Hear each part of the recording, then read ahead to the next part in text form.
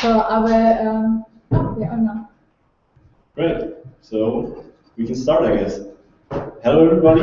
Thank you very much for coming. To the people here live in the room, and also obviously the millions watching from home. My name is Dominic. I'm Innovation Manager here at EIT ICT Labs, and also one of the organizers of the Idea Challenge, the Europe-wide innovation contest that we are running. I guess most of you have heard of it, but I'll just do a short wrap-up. So we had first submission phase already this year. We're right now kind of in a summer break, and we will reopen submissions again in September. So we're looking for early stage startups or people with great ideas in ICT.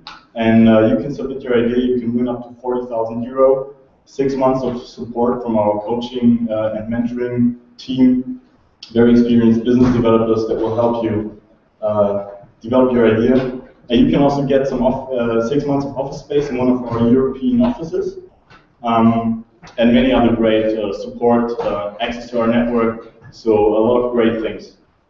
But today, we're here for our very first Founders Pit Stop. This is an event series that we are running jointly together with Silicon LA, and we're happy to welcome you to our first installment today about marketing and communications. So what do you as a startup have to think about when you want to get your message out, when you want to, have some successful marketing and communications running. So we will have another event coming up in August. The date is not fixed yet, so please stay tuned on our channels. We're on all social media channels. You can find us, EIT ICT Labs Idea Challenge. The second event will be on crowdfunding, which I guess is also very interesting for a lot of you. And we will send out the date very soon. So please let me introduce the coaches we have here today that will help you, give you some expert advice on how you can pimp up your marketings and communications. So first of all, I'd like to introduce Alexa Shoen. Maybe you can just come up here so people already can see you. Alexa Shoen teaches networking and content marketing, and she also consults startups that are looking to expand their business to the US. And before moving to Berlin, she has worked in San Francisco for an online education startup. I have to look at this, whose mission is to empower creative entrepreneurs. And now she's here in Berlin and will give you some expert advice, so look forward to this. Thank you very much. Our second special guest and coach tonight is David Knight, Editor-in-Chief of Silicon LA, our media partner of the Idea Challenge and also co-host of this event. And he's been covering the startup and technology scene in Germany for many, many years now.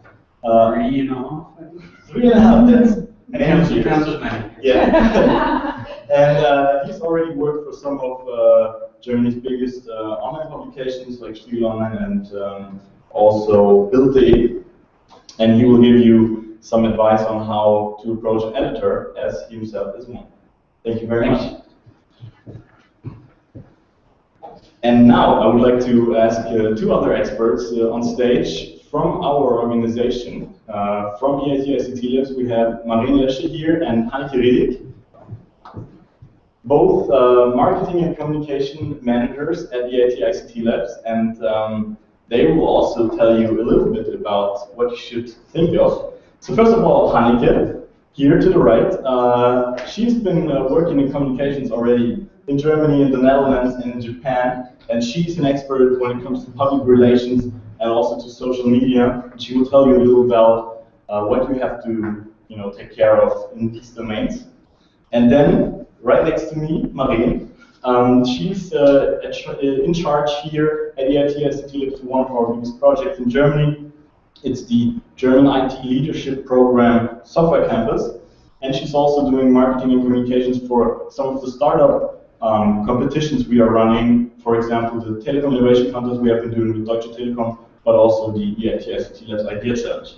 And she knows the whole range of communication instruments, and she will tell you what you can do, what you have never thought of, and Yeah, she has a lot of energy and great ideas, and you will learn from her. Thank you very much. So, that's basically all from me. Each of those coaches will now give a 10-minute introduction into their fields and into what they can tell you what you should do to have a successful marketing and communications campaign. And the first will be, in the order I just presented them, Alexa, on how to develop a marketing strategy that meets your business goals. Enjoy. Great. Thank you so much, good sir. Can I get a round of applause? The room is so excited.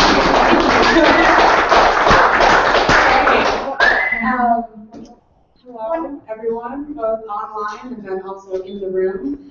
So now is just going to pull up my presentation for me. But I have to say thank you so much to both EIT Labs, Idea Challenge, and then also, of course, the Silicon Valley for having me. It's so wonderful to be able to kind of present and give a fresh perspective, which is my favorite thing to do, and I think it's the most important part of really learning your own marketing and communication strategies. So, so we're going to go from there as soon as my presentation gets up. Like I was introduced, my name is Alexa, and I just moved to Berlin about 3 months ago from San Francisco, and so I'm used to dealing with, you know, multi-million-dollar venture-funded companies, and then also dealing with early stage companies that I've now met here in Berlin, and really trying to sort of pick your brains a bit and be able to see the proverbial forest from the trees, if you would, so that you really understand that you're providing a clear message. Ooh, can we go back a little bit? There we go. All right, so marketing and communications. Do not be afraid, be prepared. It's going to be great. We can go to the next. The biggest thing to take away from my 10-minute presentation, you only get one chance to make a first impression when you're dealing with your marketing strategy, when you're dealing sometimes with introducing yourself to the press, when you're dealing with your social media. I recently started working with a company who decided to put their Indiegogo page live, and they'd sort of thrown a few things up on their website just so that they had a website ready because they really wanted to launch the campaign on this certain day. And I said, when did you last update your website? And they said, oh, well, it doesn't really matter so much, you know, it's just up there and that's what's important. So I beg you, if you are an early stage startup or you're considering a relaunch of whatever your product is, or maybe you're launching into a new market, have patience when you're coming up with your marketing and communication strategies, because you need to understand yourself and what your mission is before you sort of blast it out to the public. Because once they see it, they're going to have questions once you change it again, and once you change it again. And it's okay to change your products, because that happens all the time with startups. But the most important part is to really know that this is going to happen and provide clear, thoughtful communication the entire way through. So, press, publicity, growth, awesome, fantastic, right? Everybody wants them. When I was thinking about putting this together, I was thinking about some companies that often get press before they're ready, because so many people are targeted on, I just want to be written up in TechCrunch, and I want to have Silicon Valley, you know, feature me, and I want to do this and I want to do that. And a lot of companies aren't prepared, just like I said. They've just sort of thrown up their website. They created a Twitter handle because they thought they were supposed to. There's a story that my friend Jess likes to tell about working for Sex Bundekinder. And she said the day that they got featured in the New York Times was the day that they got 100 new applications for engineers to work for their company. That's great, but if you don't have a great careers portal up, or if you were going to get that press and hoping to get new users, none of that's going to work if you don't have correct information updated all the time on your website, if you don't have a very professional looking logo, if you don't have a professional looking Twitter handle, social media channel of your choice. So, very, very important to be ready. So, how do you get ready? Obviously, know thyself. The first thing that you need to do, you know, aside from creating a great product, especially in the tech spaces, you really need to know who you're going to be selling that product to. And so a lot of people think, oh, I've created this great thing. People are just going to want to know about it. Not necessarily the case. So you need to understand who you're talking to. One of my freelance clients the other day wrote me to say, just so you know, I've expanded my age range from women age 27 to women age 57 because I'm starting to get in more requests from outside the bracket that I had anticipated, and so I want the marketing to change from there. That's a great strategy to have, to really understand who you're selling to, what your clients are like, and don't get so caught up in the bubble of being maybe cool in the Berlin tech scene, or maybe being, very focused on the product that you're creating, but more so who you're going to be selling it to, because that's what creates a successful business. Know your purpose and know your voice. Again, like I was saying, it's very, very common for products to change, for your whole team to change, for everything to happen within a very short period of time when you're dealing with a startup or an early stage company. You still need to know, besides from your customers, you need to know your mission statement and what the end goal is. And maybe you're thinking that you're going to create an app and you haven't quite decided how you're going to do it yet, but you know that it's going to be like for kids made by teachers. Great. Then that is the start of your communication strategy. And you just have to keep very, very simple, basic things in mind when you're starting to develop your own voice. Think about what you want the company to sound like from a human level. And I say know your FAQs because a lot of times you'll notice, especially with more confusing B2B tech companies, but also with general consumer products, people start asking you the same question, and you'll say, oh, that's so funny, I get a lot of that question. They're probably asking you because they're confused. So you need to really understand why you're getting that question all the time and why you have to keep re-explaining yourself and really be able to see your product from a first impression, if you would. So how do we do all this? This Stop Storytelling Like It's 2007 is a quote from one of my favorite social media and communications gurus. His name is Gary Vee. You can find him on Twitter at GAREVEE. And he always focuses in on the fact that you need to be storytelling in the modern age. Don't be afraid to do something creative. Don't be afraid to do something popular. Now we know that TikTok is outweighing Snapchat in Berlin. Why don't you try to market that way? Or why don't you try to get on Vine? Why don't you try to get, a really interesting Instagram campaign, as opposed to saying, yeah, we're just going to play it safe. Because if your company is not necessarily a very safe, boring company, which a lot of companies don't want to explain themselves as being safe and boring, it's okay to do something outside the box and really push the boundaries a little bit and see where it takes you. The other thing about social media marketing especially is, are we running short on time? Okay, that's fine. I can rush through. It's not so much predicated on money anymore as it is on time and really focusing in on your customers to understand what online communities they specialize in, what online communities you want to be a part of, and really find some interesting ways to sort of get to your customers. Go ahead. So, the other giant takeaway that I want you to have is know that your communication strategy is going to be your first line of defense or offense. It's the first point of sales. It's the first point of contact.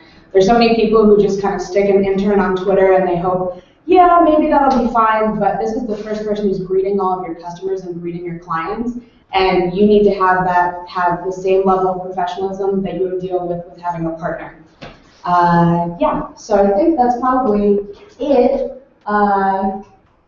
Yeah, if you have any questions, please get in touch. I'm more than happy to help. And it's ready for the next presentation. I think it was almost about 10 minutes, right?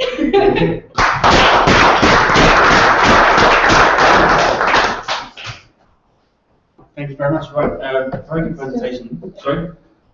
Okay, very good presentation. Thank you very much. You actually, I think, touched upon some of the things I want to touch upon. I don't have slides, so you're going to have to pay more attention. But right, okay, well, how to sell your story to an editor / storytelling was the sort of title. And it's interesting because it's an illustration of how you need to put a different emphasis on your story depending on who you're trying to approach. So, if you're wanting to talk to potential users, you're going to try and sell the benefits of being an end user. you're trying to sell or trying to tell your story to potential investors, you're trying to tell them how they're going to make lots of money in the long run by investing in your company. If you're trying to tell your story to an editor or a journalist, it's more about you persuading them that it's interesting to their audience. And here's where you need to think more about individualization. In the press, the media aren't a uniform whole. Different publications, different audiences. It's not always easy, and you need to sometimes actually think like a journalist. And this is because journalists write differently for different audiences. If I'm writing about tech, I'm writing differently if I'm writing a piece for Spiegel Online or if I'm writing a piece for Silicon Valley. So you need to individualize as much as possible, especially when you're an early stage startup, when you shouldn't be sending the same generic press release to 150 media outlets and hoping to get a lot of coverage. You should be saying, here are the 3, 4, 5, 6, whatever, here are the ones we want to target. And writing very individualized emails, press releases for them. You need to think, what audience are they catering for? How is my story interesting for that particular audience? Which parts of it are more interesting for that audience? Pushing them to the top. And how do you find that out? Well, the simple answer is you look at the publication, you do your research. The amount of people who don't do this is extraordinary. Spend an hour going back through old stories, old articles, get a sort of feel for the kind of things that they write about. For example, you look back through Silicon Valley, what you're not going to find is stories that are covering the launch of a crowdfunding campaign. Because I get about 20 of these a day, and like, no, we're not going to write about the launch of your crowdfunding campaign. That's not interesting enough for us. And if you look back over their website, you'd see that. You'd see the complete lack of any stories like that. So then you need to think about what is worth a story, and that's where the concept of newsworthiness comes into play. And it's a sort of abstract idea which is very hard to explain. If you Google newsworthiness definition, there's lots of different ways of, all these different factors. I think I was taught like 20 or something stupid, but it comes from personal experience. I know instantly, I've been a journalist for 10 years, I know instantly if something is interesting to me, if it's newsworthy. And it took me a while to get that when I first started writing about tech, but now I'll know very, very quickly if something is worth my time. So you therefore have a very short amount of time in order to convince me to read further. And it does change from publication to publication. It changes from person to person as well. So how do you go about it? Well, once you've done your research into the publication, maybe you've found out a little bit about the particular editor that you're approaching, especially in tech where we tend to be sort of a bit more in the community than in other areas of journalism. First of all, you need to identify the core piece of news of what you're trying to say. Okay, there needs to be something you put in the headline, something you put in the email subject line. If you're writing about getting a funding round, maybe you've raised some money, that's your 5-word piece of news. Company X closes funding round worth X amount of money. Boom, that's it. That's what you're trying to say is this is newsworthy. This is the piece of news that the whole story is about. So you look at the subject, what exactly are we talking about here? You need to think about the timing. There's no point in, I think I had one today, and I got an email writing about, it was a press release from 3 weeks ago about the launch of a company in London. And I kind of laughed, I had to say, I was a bit like, great. So lots of people wrote about this 3 weeks ago, including me. And I get this sort of press release or this PR guy saying, here you go, here's some news. So you need to think about timing, and I think this touches upon Alexa's point about why are you doing it now? What's the reason for sending a press release, trying to look for publicity now? It needs to be timed well, it needs to be timed at an interesting point. So, sending me, our crowdfunding campaign is about to launch. Part of the reason why it's not interesting is because it's bad timing. Once you've launched and you've got some success and you say it was all due to this crowdfunding campaign, maybe that's a bit better. What next? Proximity is important. I get emails with press releases from Canada, from China, from all over the world. with sort of small local startups. I'm not particularly interested. We write more about Germany, about Europe. And the closer something is to you, the more relevant it is, which leads me on to relevance. I sometimes get press releases with, oh, we've appointed a new director of marketing. I don't really care because it's not particularly relevant. It might be relevant if you sent it to a marketing industry website. That might be interesting to them. But for me, it doesn't affect enough of our readers. So relevance also has to do with the number of people affected. Something that I want to call rarity factor, scarcity factor, something like that. If in this example you say, oh, we appointed a new director of marketing, it's Joe Bloggs, blah, blah, blah, not bothered. If you write, oh, it's somebody who's perhaps a name from the scene, you're like, oh, interesting. If you write, it's Steve Ballmer, I'm going to write about it because that's extremely rare. It's a rare sort of thing for somebody of that nature to sort of move on somewhere else. So the rarity factor is, again, with the crowdfunding, it's not rare, hence it loses news bookings. So that's a sort of overview of how to pick out the pieces from your story and target them at a journalist, at an editor, to sort of get your story across, put it in their minds, and try and persuade them to write about it. So more general pieces of advice, you need to make it as easy as possible for us. A, we're very busy, B, we're very lazy. So when you send something saying, here's a story, all the information should be there. It should be packaged nicely, easy to read. There should be, the headline, whatever the piece of news is, maybe 3 bullet points of the sort of sub pieces of news, very easily and fairly short, explaining what it is. I think what Alexa was saying about complicated B2B products that I'm sometimes left going, I don't quite get it. They need to be explained well, some nice quotes that add a bit of flavor, a bit of opinion, and then sort of about company X, about company Y, at the bottom, separate. Then some easy access to images. I want there to be a link in the original email saying, here are some images you can use, and contact info, phone numbers, email addresses for the people who matter, not the head of marketing, but the CEO, the CTO, and so forth. Be as open as possible. Strangely enough, it's vast majority of the time when you come across the other person who, when you've interviewed them, is actually willing to sort of say things that most people aren't, it comes across much better. And they come across so much better for it. It's a judgment you all have to make. Exactly what you're going to say and what you're not going to say. Obviously decide this very much beforehand. Don't be surprised by a journalist's question. They are going to ask you the nasty questions. It's kind of fun and it's our job. So be prepared, decide what you're going to say, and do try and be as open as possible. It just always works better. Finally, don't get upset if a story doesn't work out. There are many reasons for it. There are far more pieces of news than get actually on a website or in a newspaper. News happens, it can be dumb luck that it's the same day as a bunch of stuff, other stuff that is more, what's the word, it needs attention then and there, it's more time sensitive. That's happened to me before. I've set out in the morning intending to write about this, and then something's happened and I'm like, oh, I need to write about that, then something else, oh, day's over, it kind of gets forgotten about. It's not always dumb luck. For example, the person who sent me a press release a couple of weeks ago, an hour before the World Cup final started. Yeah, they didn't get written about.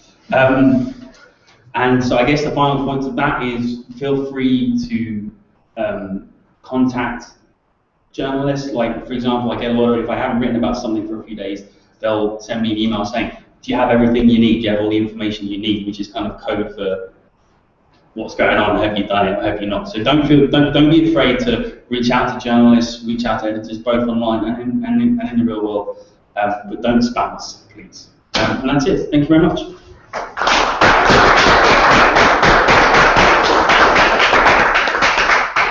Yeah, I think I cut it short. I think we're all waiting for the individual sessions to talk to Alexa, David, and us about your individual projects, because you heard a lot about focus on your target groups, what to do and what not to do. I'll probably talk a bit about some Wait a instruments. minute, I have to share it with the audience online as well. Okay. I'm not known to be patient, so. Carry on. I'm doing this for the first time, so bear with me. All right. Put back on this. Here you go. Go to the second one. That's something I wanted to point out too. It's basically the same that Alexa said. If you focus on yourself, that's not what you should do. You should focus on a target group. You should always focus on the need of the person. So your product might be great, but if you lose touch with the target group, it doesn't make any sense because then storytelling lacks. So it's not about you, it's about the others out there, especially if you communicate, because if you go to the next one, or not? Communication is about people. It's not about text, it's not about videos, it's about people. It's always a person behind it. It's always like David sitting behind the computer when he reads the press release. So you have to get his attention. It's the same in sales. So don't think about, is it the right word? Is it a catchy word? Is it something people can rely to? Is it the right word, like the right language you're talking? If you talk to a decision maker, he's listening to facts and figures. If you talk to a mother, she's probably reacting to great pictures. So keep in mind that it's always a person behind it. It's not the channel, it's not technology, it's a person, a human being. So it is people management, and that's why you have to be in contact with persons. If you go to the next one. There are a few dimensions in terms of instruments we can talk today. You sent me links to web pages, you sent me links to press releases, I got information on videos. That's all great, but it's an instrument. There is a change in the last few years in terms of how to communicate. We always talk about offline and online. For me, that's an old dimension, because it's more or less, next slide please, Sanas. It's more or less like owned, paid, earned, and social. It's about trust. What can I control? What people are expecting from me? What is out of my control? So if you see the own part, it's website. You can create your own website. That's fine. Something you can control. You put effort in. But then you have social and earned. You have to earn trust. You have to get the trust from a gatekeeper, from a blogger that knows. You have facts and figures that are valuable, and it's a true story behind it. And then you have social, it's user-driven. There's nothing you can control. I mean, if you put some information outside in social media, it just goes. If it's viral, it's viral. There's hardly any way to really, really control it. And that should be your main focus. If you have social communication, if you have viral communication, it's on its own, but it's most trustworthy. So that's what you should focus on. I have a couple of examples because you sent me some examples in, and I mostly got examples from the own part, because that's something you can control. But you have to think bigger, you have to think broader, you have to think about social and earned communication. So if you go to the next one, I just wanted to go to some instruments. Websites. Obviously, websites you can control. There are big discussions. Is it a good website, a bad website? It's all in the perspective of the user.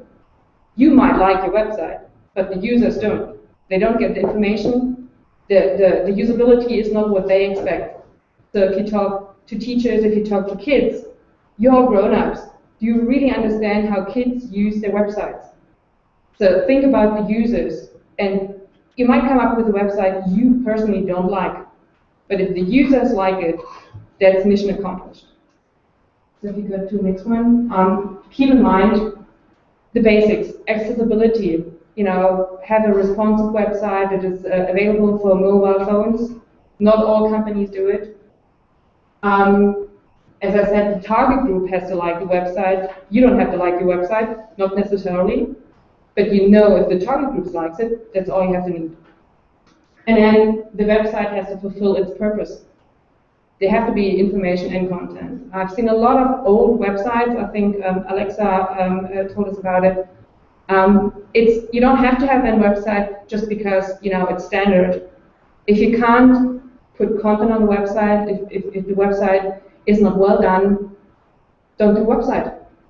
Stick to a blog, stick to a Facebook campaign. If it's easier and manageable for you, think about, is it really necessary if I can't provide it in quality? So that's basically website. There's a nice graph you have to think about. So if you need a checklist, you always check, usability, user interface, content strategy. Check it. If you have it, fine. If you don't, think about how to improve it or get rid of it. If you go one further, and then optimize. If you have a website, don't say, I have a website, that's great. Check the website. Use Google Analytics. Use different software for free to figure out if I have a website that is really, really big.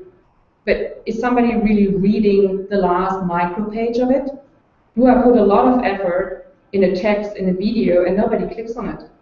Doesn't make any sense. So, and if you don't have to invest in more videos and more graphics and more content, online design, if nobody reads it. So use the information you have and then optimize what you have. So we have owned website, trade fairs, you can control. That's basic. That's easy to manage. If you go to earned, that's even harder. That's media relations, that's blogger relations, that's what David was referring to. You have to stick to the story. That's what David said, so we can skip that. And press releases. Obviously, David doesn't like press releases. It depends if it's well done. You don't have to have press releases. You can think about features, you can think about interviews, different kind of stories. But if you have to have a press release, do it well. Focus on the main facts on the top. And then everything that is boring, more boring, less important, goes to the bottom. That's basic. But a lot of press releases I see are 2, 3, 4 pages. And maybe, if you're lucky, if we read the last page, it might be something interesting. A great quote, some facts and figures. But I wouldn't read to the 3rd or 4th page. You lose me in the first 100 characters. So if you go to the next one, that's basically how it looks like online. That's from Google, but it's from Nielsen. Nielsen checks where the eye goes to. So if you have an online article, they start reading here, and then there. So you lose the guys when the headline is not strong enough, in the first 3 sentences is nothing important, they're gone. They don't read further. So you have to have a catchy headline, you have to have the main mission in the beginning, it has to be exciting, and just some basics. I mean, if you want people to tweet your articles, stick to 100 characters for the title. Don't have 3, 4, 5 lines in the title. Nobody can retweet it or tweet it. That's simple. It's just too long. So that's something to give you an impression what people are using. And if you read the articles from Silicon Alley and somewhere else, you see it. It's basically this. The important stuff is in the beginning. If they catch the audience, that's fine. Nobody will read further. And you can see on the website, if you have a blog, you can track it, how long people stay on a certain article, how long are they going to read the article. Do they click on the links? Do they click on the video included? If they don't, you lost them. So we have owned, controllable, you have paid. I mean, we're not talking about paid here. We have earned, you have David convinced it's a great story, he's going to talk about it. That's great. And then you have social, which is even more important in my opinion, because it is social media, but it's the direct contact to the audience. But what to do? I mean, you have Google+, you have YouTube, you have Vimeo, you have everything basically. And here you can see in 60 seconds what happens. You have 60 new blogs, you have 186 million emails sent. Ooh, what to do? If you are an early stage startup, if you have like 3, 4 guys in your team, that's way too much. You have to focus. You don't have to do everything. You don't have to have a Facebook page, a Twitter account, a Google Plus account, a YouTube account. If it's all the same content on these accounts, it doesn't make any sense. Focus and say no. You have to learn to say no. It's not necessarily the bigger the better. It is quality. So here you can see as an example, I can send it over to you. If you see the target groups, it's not big difference. If you have like 57% of male at Facebook and you have 63 at YouTube, there's not a big difference. If you see the age difference here from the different channels, it's not a big difference. So if you have content and you put it on Facebook, you might reach the same target group as on Google+. Why should you have 2 channels with the same content? And it's a lot of work. Just keep that in mind if you think about setting up different channels and investing time and money. It also depends how you use your time wisely. So you can just listen, you can just promote. Once you participate and really activate the community and publish, and if you are active, I mean, just 10% of the Twitter users are active. The others are just getting the information in. They might retweet and share, but 10% are the active ones. And that are the ones that are you want to know, the influencers. So if you stick to promote and participate, it's like 30 minutes a day. It's manageable. If you do more, and if you do more channels, it adds up.